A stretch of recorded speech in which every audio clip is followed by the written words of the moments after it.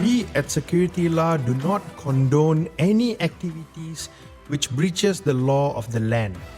Access to any systems should be authorized and legitimate, going through the necessary process and approved.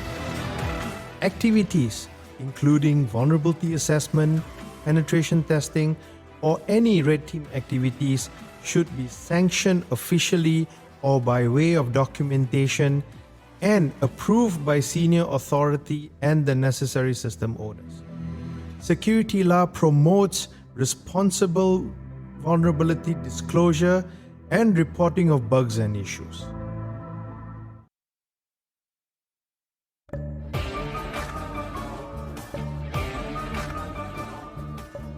A threat actor was seen selling data in the dark web, revealing a massive data breach at UniKL, a university in Malaysia.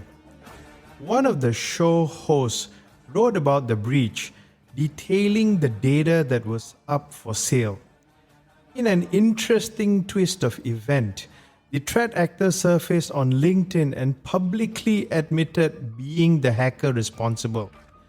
This is the interview between the show host and the hacker, being the first part in the two-part series.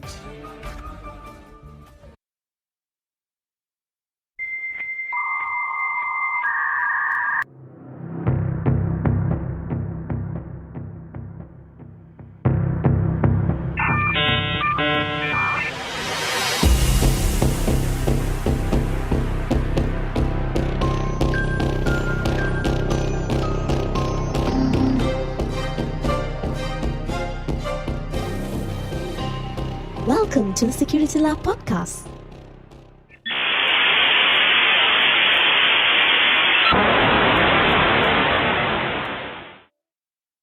Okay, so your alias is script_kid69, correct? Yep. Would you be comfortable in telling us what your gender is or what age are you? I'm 22 this year. Okay. Yeah. People think that like I'm 24 or 25 or something. So. Cool. Well, quite Yeah, young, not bad. Yeah. I'm from Libya. My first name is Marwan. I don't have any problem sharing those information because. Sorry, Again, it's the same name that you had on your LinkedIn profile? Nope, that's actually a dump email I found so I can use. I didn't bother to make a new one. Oh, okay. I don't usually use LinkedIn. Oh, okay. So how did you find that article? Were you searching for anything relating to UniKL? No, someone actually linked it to me. Okay. I was surprised that you messaged. I never expected that, and that was really a shock to me. And I was trying to figure out how do I respond to this in a very proper manner. Yeah, I will be in shock if I was you. Okay, so I just want to get to know you a bit better. Most hackers sometimes they are part of a group, or someone is actually funding your activities. Do you have any of such things for you? Funding part, I don't think so. But group, it's not unofficial, but I do work with other people. Like, I'm not good at some part. Like, I need help on certain thing. I can ask someone else I know for like malware stuff. I know some people who do that. Oh, okay, cool. Does your group have a name? Can you guys share the name with us? It's actually called Libyan Roots. Libyan Rules. Oh, okay. Nice. Roots, Yeah. ROOTS. Yeah. Oh, okay, cool. So you're young. You're 22 years old. When did you actually started to hack? I think Since I was 14, because I start learning coding and like first you start doing phishing attacks, and then you start like getting curious, like how this thing works, Mm-hmm. and then you start like learning to code, then you start building your own tools, then you start like getting advanced, like doing something like more advanced, need more knowledge, like buffer overflows attack, active directory attacks, and it goes like more deeper until like you never stop learning. Like each and every day you learn something new. So I'm not like that professional. Say like I'm like 20%. Okay. So, did you have like a mentor who guided or taught you, or was it something that you picked up out of your own curiosity? I would say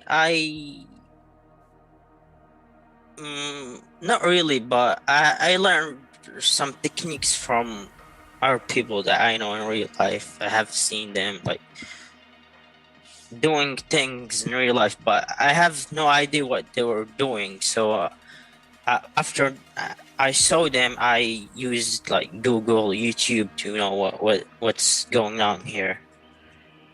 Oh, Again, interesting. because people have some techniques they won't be sharing, and Yeah, of course. I mean, it's everyone has their own trade craft, and they would have spent time building their own scripts and exploits, right? yeah, especially like if it's day zero or something like. Oh, okay. So you mentioned that you actually had this group where you are. Is it big? I mean, for me, big would be something that's like more than say 20 people, or is it like a No, small it's niche group? it's like five, Oh, five okay. for people. Is it like a place that you guys hang out, that you go to and do all this kind of stuff, or it's just like, hey, we met up in a cafe and let's do something funky? And not really. We don't have that culture yet. We just communicate on the internet. That's it. Oh, Sometimes I meet with some members, but we don't like sit. I don't know, like those kind of stuff. Like when it comes to hacking and coding, when it's in a group, it's not convenient because you need like your time off alone so you can do something. sure. Yeah, I understand. So now back to the original point of this whole thing that I wanted to know was, um, you have mentioned to us that you managed to get access into UniKL. Um, of course, the first thing that I would ask you is, probably we can do this offline, is that could you share something with me so that if someone were to ask me, hey, you spoke to someone who claimed to hack this institution, how would you know that they actually did it? So you probably could send me something that you've not published before. You have my email address, and I could at least say, yeah, this is proof that this person actually did this. Would you be able to do that? Yeah, sure. I of course I didn't like. There's so much data on here. I cannot like share two Yeah, I understand. terabytes of stuff online. Sure. I mean, whatever you feel that you've not shared before that you can share in confidence. I don't need the whole thing, just something for me to say, yeah, I've interviewed this person and I'm confident 110% this is the person because the person shared this with me, which was never shared before. So at least I have something that, I can lend weight into this whole thing, right? Yeah, sure. I get your point. All right. Awesome. So I'm curious, why did you pick UniKL as a target? Or a longer question would be, how do you choose who you target? Well, it's not like I don't actually have a personal problem with them. I just like I was in Malaysia not long time ago, and I wanted to continue my studies since like I just graduated from high school, and I went to their campus actually, and then um, like I saw like stuff. They're like uh, they have like their Wi-Fi password printing out like in the door, and anyone can actually connect it to the like network, and then they can access to other stuff. I felt like that was a dumb move from them, but I didn't bother to like do anything about it. So from that point, I knew their system, like the people that work there, they weren't like very professional, because I have been to places that they have like very good security. I wanted to apply, but their fees were a bit higher than I thought. So I was like getting back and forth with them about the prices and stuff, and then I said, okay, I will think about it. Then I came back. Then after like 2 months, when I wanted to apply, I was like, this is like a bit expensive. What if I have the idea of, what if I help them to like fix something, Then you could and offset it against your fees. So at least it's a win-win situation, right? yeah, that's my first intentions. Like, I know stuff doesn't work that way. I know the legal stuff, you're not supposed to pen test something without their agreeing, blah blah blah.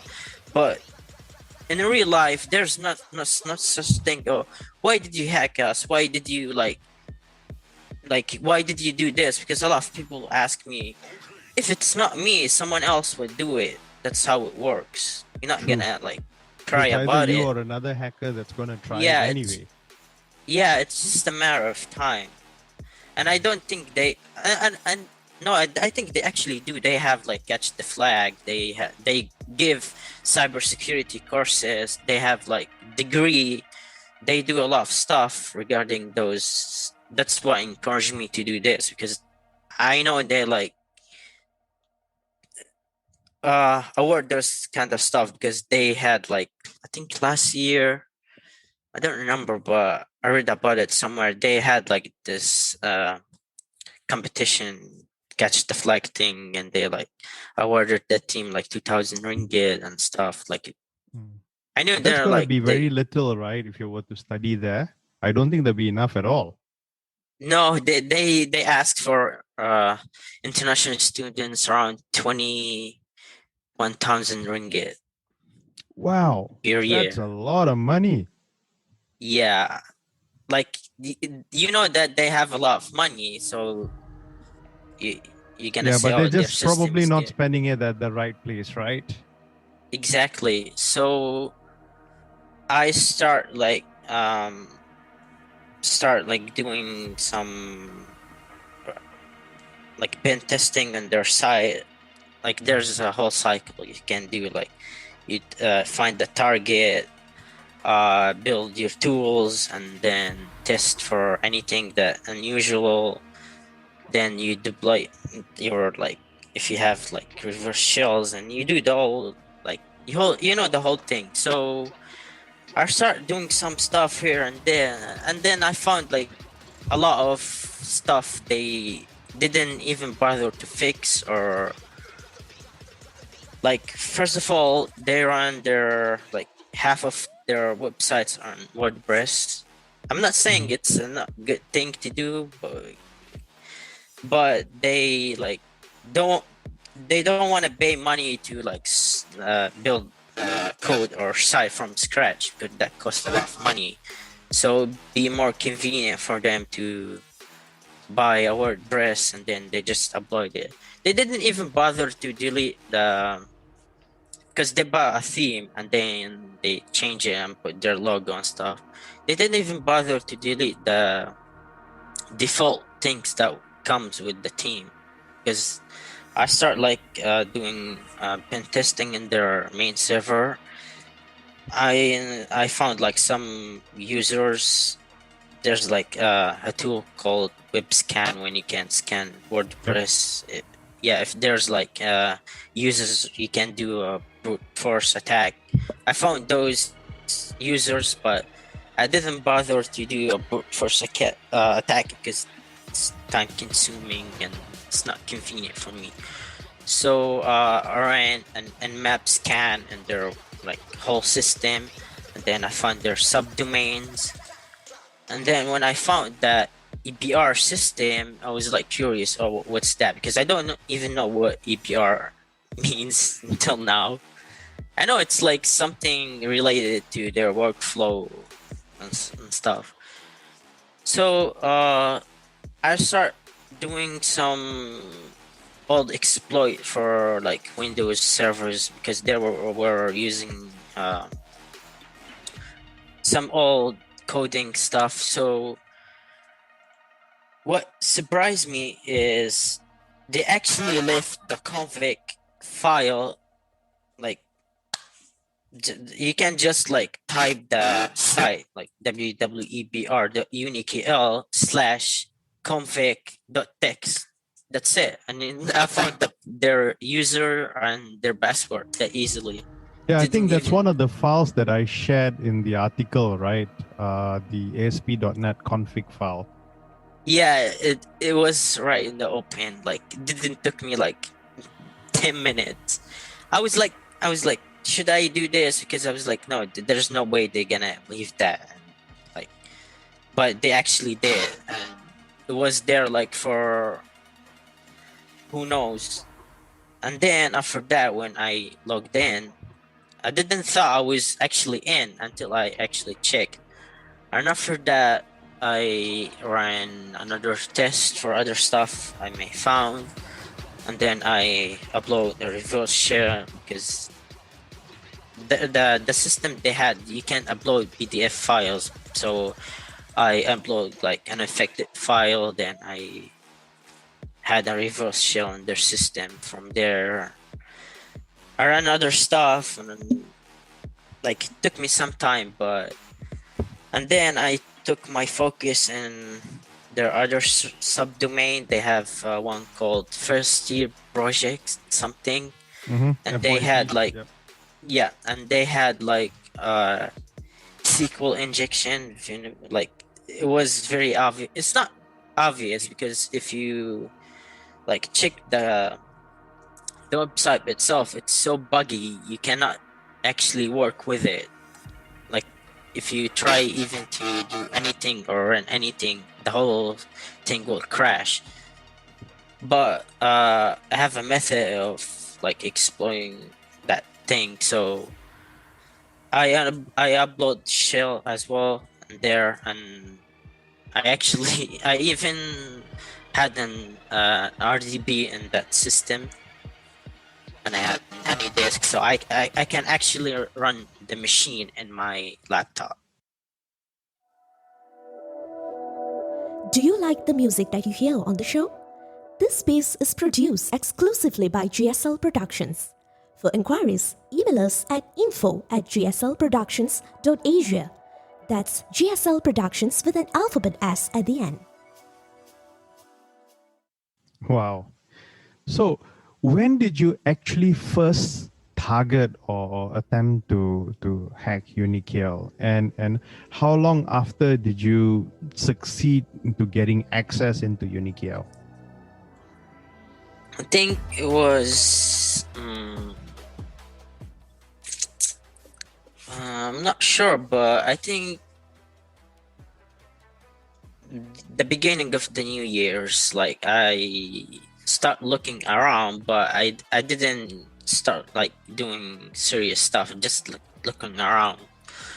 So after I ran some scans, and there's nothing like indicate that you can actually get in because it's takes time, you know, like Yeah. but after that, like I start asking myself, should I do this? Is this gonna work out? Like I don't have anything to lose, so that's why I said, oh, well, I'm gonna lose nothing. So after for me, how I do pen testing is I like to go as further as I can go. Like I don't like, oh, I logged in, that's it. No, I like to go deeper until there's nothing else I can do. At that like at that time, I actually stopped. So you started in beginning of this year or last year? This year. This year. So Yeah, assuming 20. you went in around January, and I believe you mentioned that you still have access into the systems.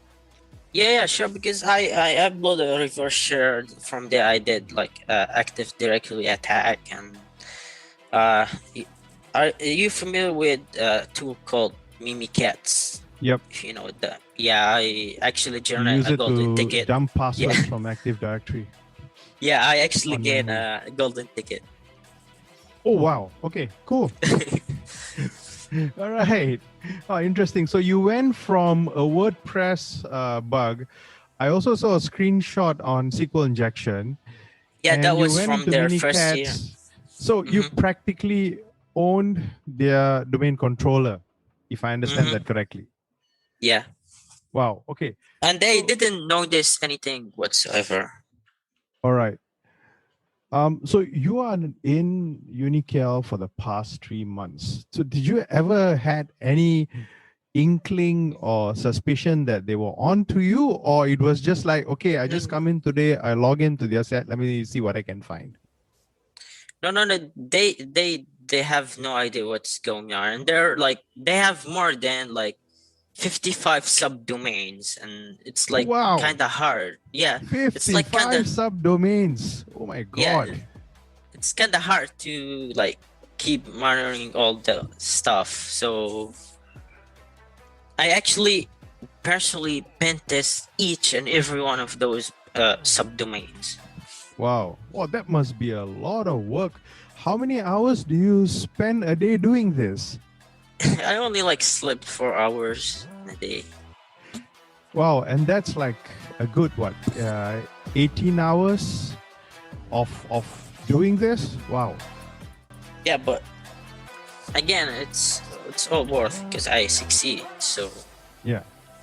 So here's a question, and I have to ask you this. Did you ever use any zero-day exploit against your target UniKL? I wouldn't call it day zero, but I know someone who do malware analysis stuff. I used his he has something called bootnet, so it deploy a batch or a rat, and then it starts spreading inside like their system. Because I know UniKL work with our companies as well. If you Because I have the idea of doing, you know what happened, I don't know if it was last year, the Russian attack, when they start doing something in this company. I read about it somewhere, I forgot. 1 second, let me Google it. It's a Russian hacker group attack when they hacked into a cybersecurity or something company in USA, and they Oh, it's the Fire. Are you referring to the FireEye incident?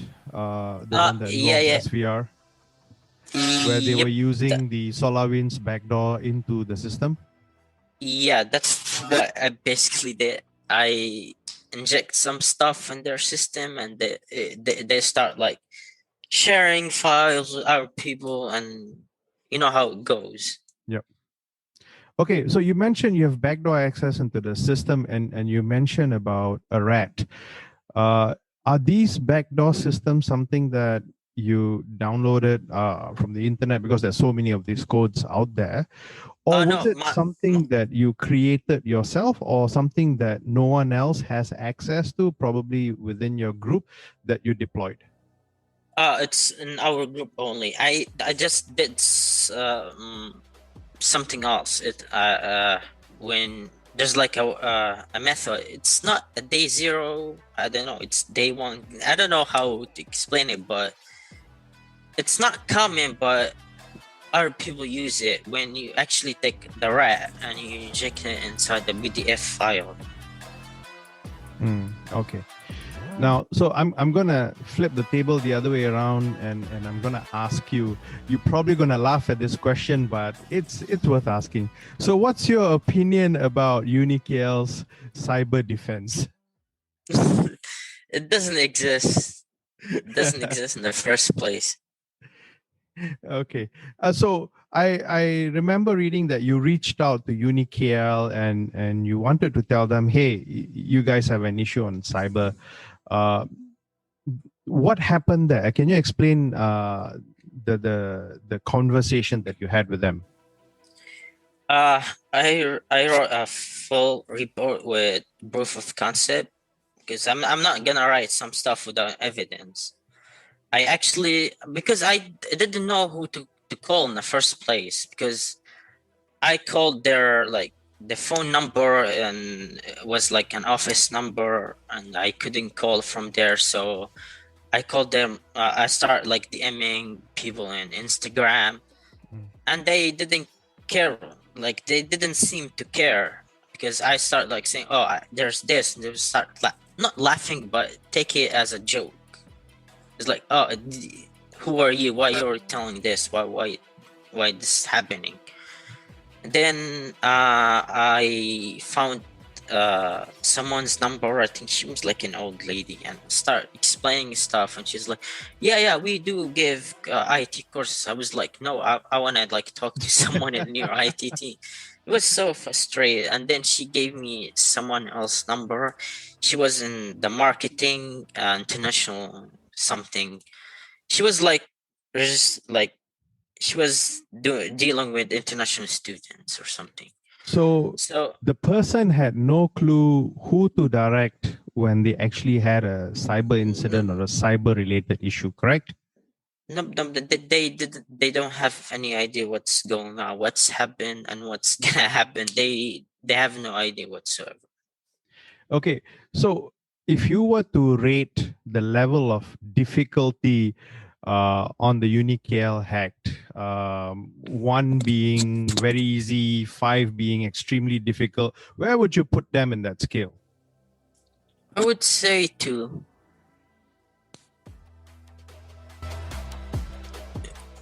Two. So Yeah, you're, two. you're giving them 2 out of 5 rating for, so more leaning towards easy to get access rather than very difficult to get access, correct? Yep. The only thing it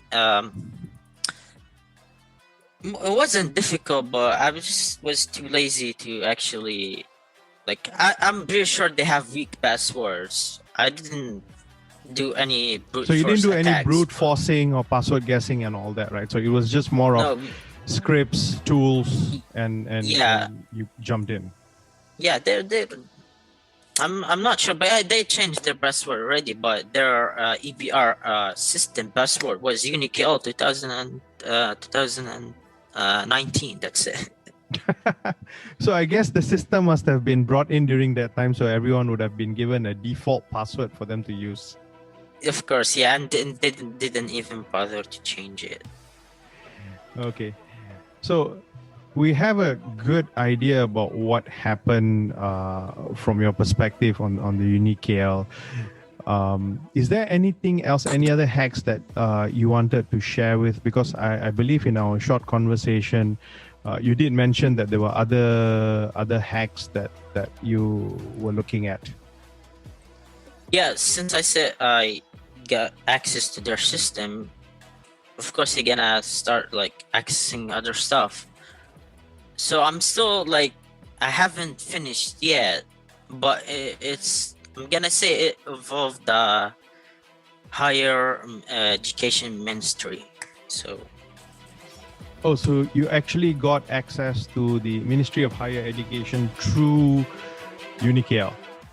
yeah, Wow. Okay. So besides Ministry of Higher Education, uh, who else or what other system else?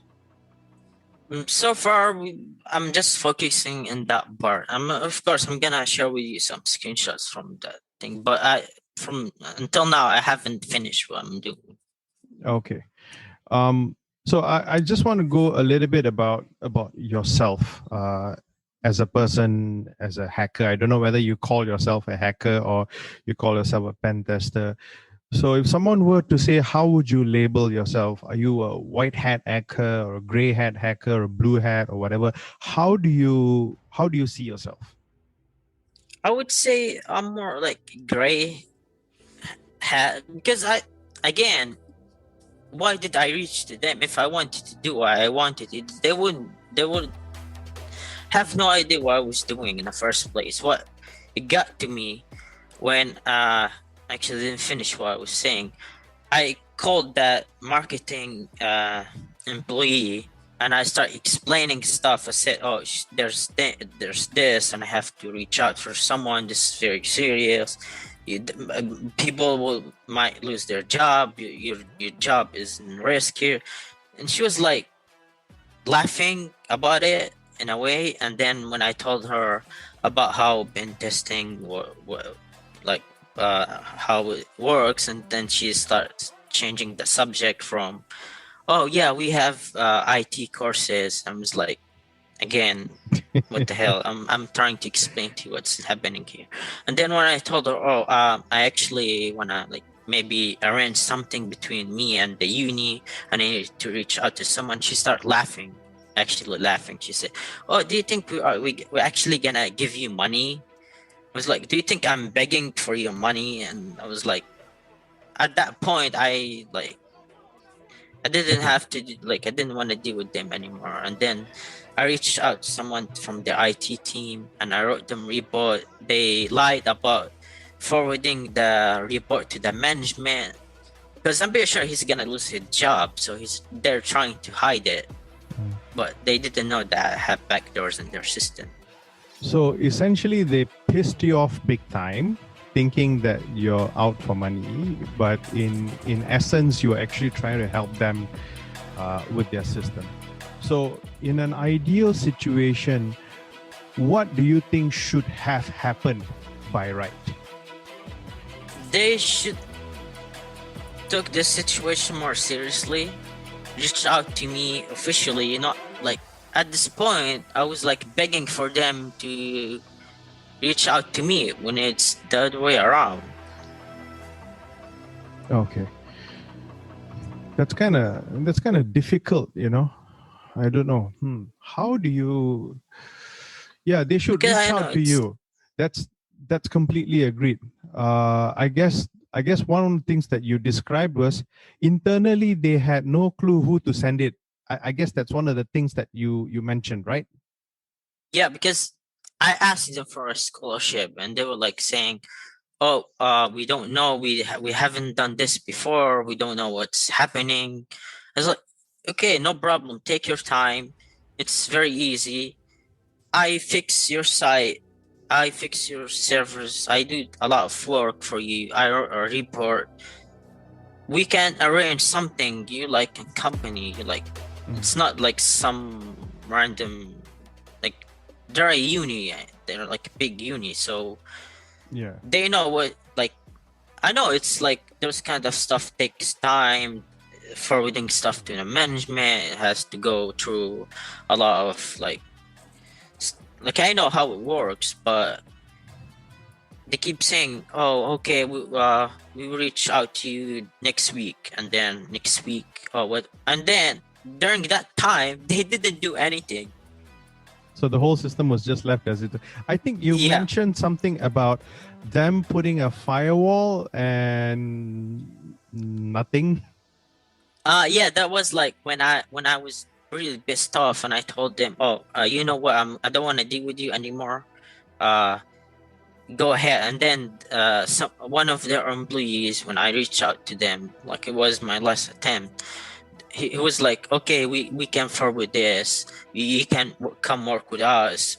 You can improve our security system." I was like, "Are you really asking a 20-year-old kid how to manage your whole system?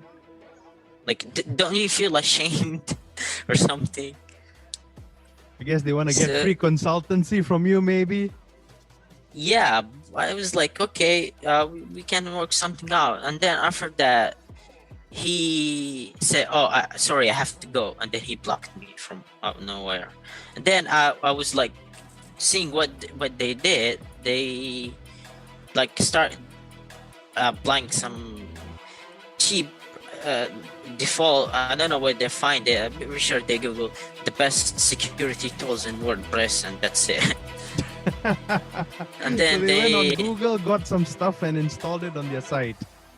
Yeah, and I knew the person who I was talking to, who's like managing the WordPress site. I actually sent him a link, and I said, "You should delete this. This shouldn't be here. It's like a default template from a team they bought from, I don't know, from somewhere, and they install it in their WordPress site." So when I told him to delete that, I refreshed the page and it actually gone. So I know that the person I'm talking to he's the one who's managing the WordPress site. So when he blocked me, he thought, "Oh, I'm just gonna install a firewall and he's not gonna do anything. I'm gonna be safe and ignore this happening, and then everyone lives happy after." Like, that's their thought. They're like self-delusional or something. I wish life was that easy, but I guess it's Yeah, not. they think. Yeah, they thought, "Oh, I'm just gonna install some firewall. I'm just gonna walk away, and everything will be fine." Okay, so I'm guessing you're no longer in Malaysia, because I remember you were saying that you came to Malaysia for a short while and then you left, correct? Yeah, and someone from I don't know. Let me check. There's a company, like, they do like cyber stuff. It's called my ERT or something. MyCert, yep. Yeah, they reach out to them regarding this issue. Funny thing, I reached to them first before they actually do that, and I told them about what happened. And one of the people that like managed who worked there reached out to me asking about what you want, like, what are you gonna do, and I think they actually sent someone. I'm not sure who, but they were like trying to buy the data from me, and I'm pretty sure it was someone from them. So they were like, So someone from MyCert reached out to you to buy the data that you have on UniKL.